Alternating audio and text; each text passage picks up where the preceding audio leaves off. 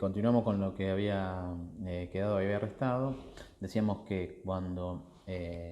la situación o la circunstancia se presenta que torna inidóneo el medio se presenta durante el momento ejecutivo, serán causas ajenas a su voluntad y el hecho restará como tentativa porque existió peligro ex antes y peligro ex post. Mientras que si la circunstancia aparece en la etapa preparatoria, para nosotros sería un delito imposible, con las restricciones que hemos hablado, porque hay peligrosidad de acción, pero no hay peligrosidad de resultado. Nos queda analizar otro grupo de casos dudosos, el caso del agente provocador, de delito experimental y de la maniobra advertida por la víctima. El caso del agente provocador es aquel en el cual se motiva al autor a que realice el hecho para poder atraparlo. En el delito experimental son casos donde el delito es un experimento, son todos supuestos en los cuales el autor cree que va a poder consumar el hecho porque diseña un plan y un resultado que ha verificado específicamente, pero esta verificación no tiene una situación puntual que es la advertencia del caso por el agente provocador o que es un experimento, es decir, que la autoridad ya tiene conocimiento del caso y que en función de esto el hecho nunca podrá concretarse, es decir, existe peligrosidad de acción para nosotros, pero no peligrosidad de resultado, que es un poco la discusión de la doctrina, en tanto entiende de que es tentativa para un grupo, hay causas ajenas a su voluntad, por ejemplo Núñez, que cambia su posición y decía que era delito imposible y ahora dice que son causas ajenas a su voluntad,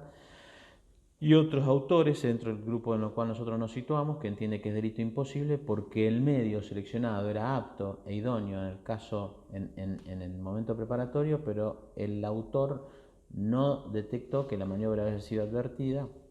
y esto hace de que no exista peligro ex post, por eso es un delito imposible.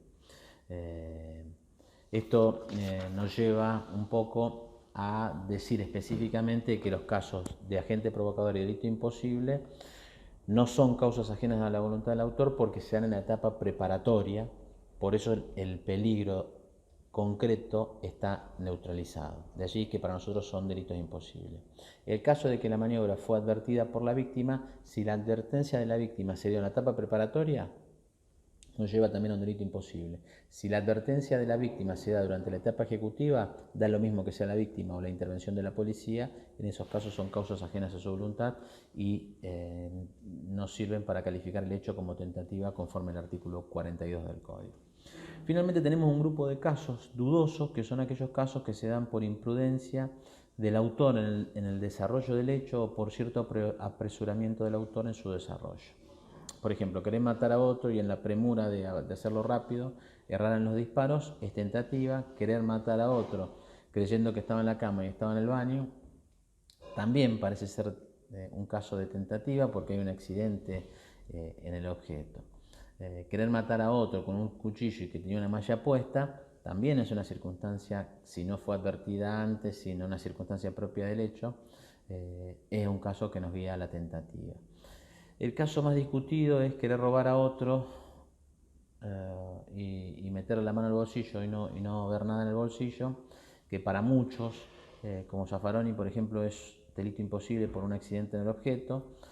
El caso podría ser valorado así o también podría ser valorado como ausencia en el objeto y de allí falta de tipo penal. Bueno, un poco en estos casos, con estos casos cerramos nuestra valoración de lo que es delito imposible, volviendo a repetir de que se trata de buscar una interpretación constitucional que se dé en función del principio de lesividad contenido en el artículo 19 de la Constitución Nacional, para lo cual hay que tomar el artículo 44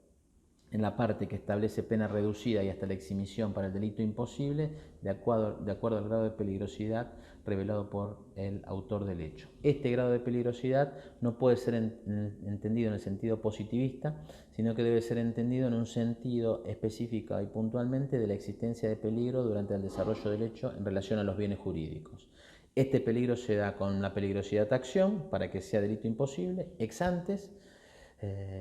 pero no hay un peligro ex post desde la visión de un tercer observador. Esto hace de que el peligro para el bien jurídico existe al momento del diseño del plan, pero por la falta de verificación o análisis específico de los medios seleccionados o porque el hecho fue advertido por la autoridad o por la víctima en la etapa preparatoria, el hecho nunca nos lleve peligro ex post. Bueno, muchas gracias.